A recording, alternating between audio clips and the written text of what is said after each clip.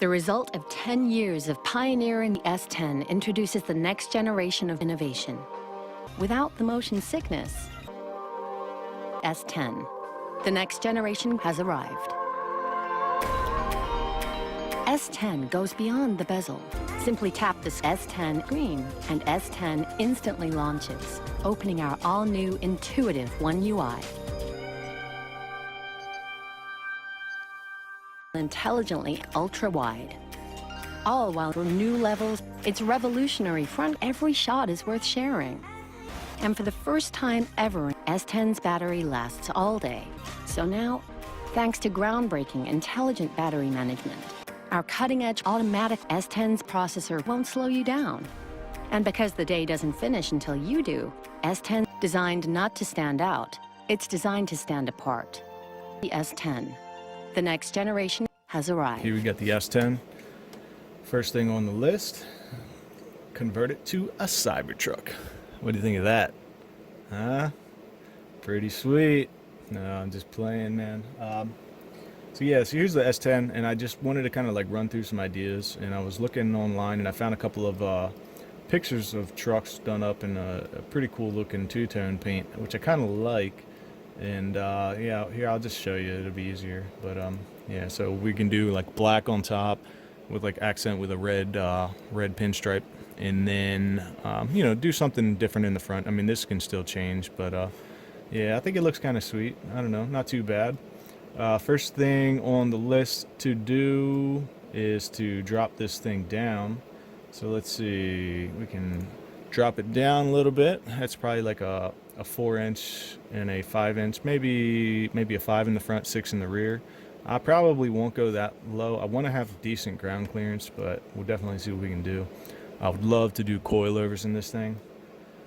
Next thing on the list, let's see, we can get rid of that roll pan. We can chop that off, make it a little bit more streamlined. Right now, it does have these C6 5-spoke wheels on it. I think they look pretty good. The wheels themselves actually match the truck pretty well. So let me know what you think of this setup. And then also, as another option, I did pick up another set of wheels a while back. They are the C6 split spoke design wheels. Let me see if I can zoom in here. But they look nice. You know, they have a little bit more of a, they have more dimension to them. You know, you have a split in between each 5 of the spokes. It has a lot more curved edges, so I think it matches the truck pretty well. But yeah, that's what I'm thinking, and I wouldn't mind building some sort of aluminum spoiler adjustable on the back, give it a little bit more of that race truck vibe. And we've got new taillights and headlights for it, so that's something we'll be changing up in the future as well. But yeah, that's pretty much it. So let me know what you think of this design. Do you think it looks ugly? Do you think it looks cool? Do you think it looks all right? And you know, it's something that can be changed very easily. So right now, truck's all silver. I've got the wheels, so I'm pretty sure I'm going to be running these style wheels. I need to do some refinishing, so maybe I'll do a video on that. But yeah, just let me know what you think, and if you think that's a cool look to the vehicle. I think it would get the job done, you know. So, all right, let's see. All right, you guys. So I picked up something new for the S10. I know it's been dragging, and the project's pretty much not on anyone's mind but my own. But let me show you some things I got.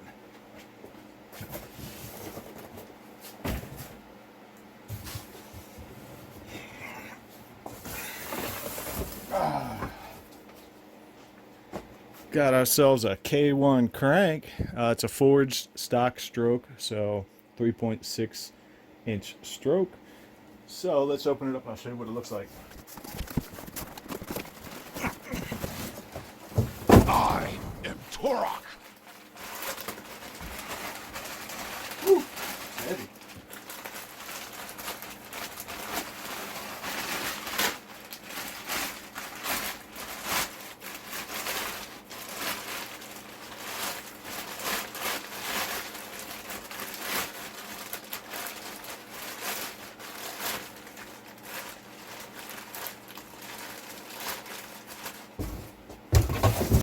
Close up.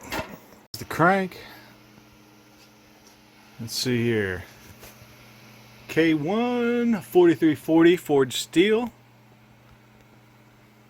And yeah, she's brand new. So one of the reasons I wanted this crank, well, pretty much any sort of forged crank, obviously, is so it holds up to a ton of power for a very long time. I really don't feel like tearing this thing apart once it's all together.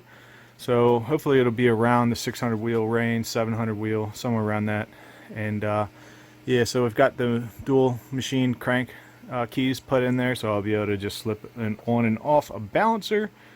And yeah, it's looking pretty nice, I would say, compared to the Compstar crank like I got in the Camaro. You know, this one's pretty smooth. It definitely has some pretty heavy drill marks in here, so hopefully we don't come up light when we're trying to balance this thing out. But we could always add heavy metal to it.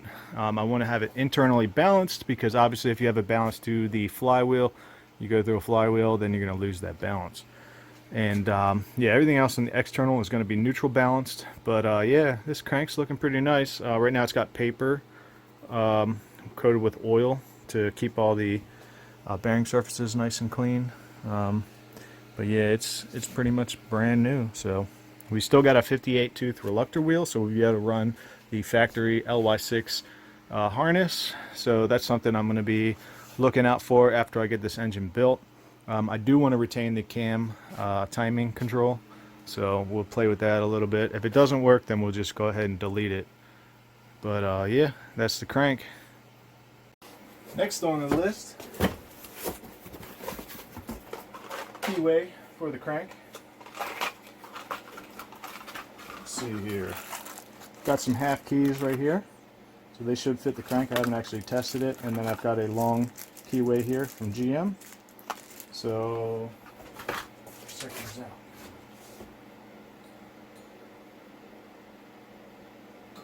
Oh, it's tight. It'll work. So apparently these are cheaper to buy in boxes of 25 than they are to buy individually for some reason. Oops, I gotta put that back. If you're looking for the little half moon key for an LS, let's see, there's your part number here, 595-061. You know, I've got 25 of them, so if you really need one, let me know. And then the actual full-size key, you got a 1256-1513 from GM. It's the full-size key. So we got enough of those to get the job done. So I'll show you what else I picked up. ARP crank bolt. So we'll be able to throw that guy in there. And then with the old 408, you may wonder from some old videos back, I ended up picking up another rod for the rod that I broke, and weighed it out. We matched it up. I still need to get some ARP hardware. Oh, you know what? I may have gotten ARP hardware for this. Let me see. But yeah, I did pick up another rod, so we get a full matching set. I still need to come up with some pistons, so depending on how that engine block turns out. So I got to, basically, I've done several other engine jobs between now and then, but I got to make sure he's still got that block and give him to get it, see if he can check it over to make sure that we can bore it out. Did have some pitting on a few cylinders, so might be something we're gonna have to look into. Let's see. Oh, you know what? I got all new bolts in these. I didn't even realize. Yeah, I got new bolts, new ARP hardware. Check another one. Oh, look, we got a twofer. ARP 2000s. Yep, new bolts. Yeah, I didn't even realize I bought them. But yeah, so that's something that we needed to do, because the original bolts that were with these rods, I ended up using those on the 427 build. So the bolts that actually came in the old set of rods, I got to pick them up used. Somebody ground them all down. I don't know why.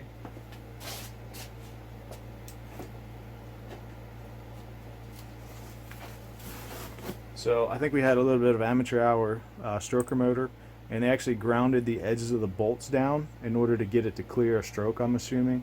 I'm not really sure why. They didn't mess with the rods. They just ground the bolts down, so I'm thankful for that. So I ended up reusing those rods and those bolts in my Camaro's rods, and then I picked up a new set But if you actually wondered why ARP has an indentation on the end here, and they usually have one on this end, it's so you can hook up a rod stretch gauge, and that will tell you the proper torque. That's the most accurate way to do it. So that's the way we'll be torquing those. But yeah, so definitely glad I picked up new hardware, something, one less thing I have to do. And if you're wondering whatever happened to that had a hydrolock situation, check that out.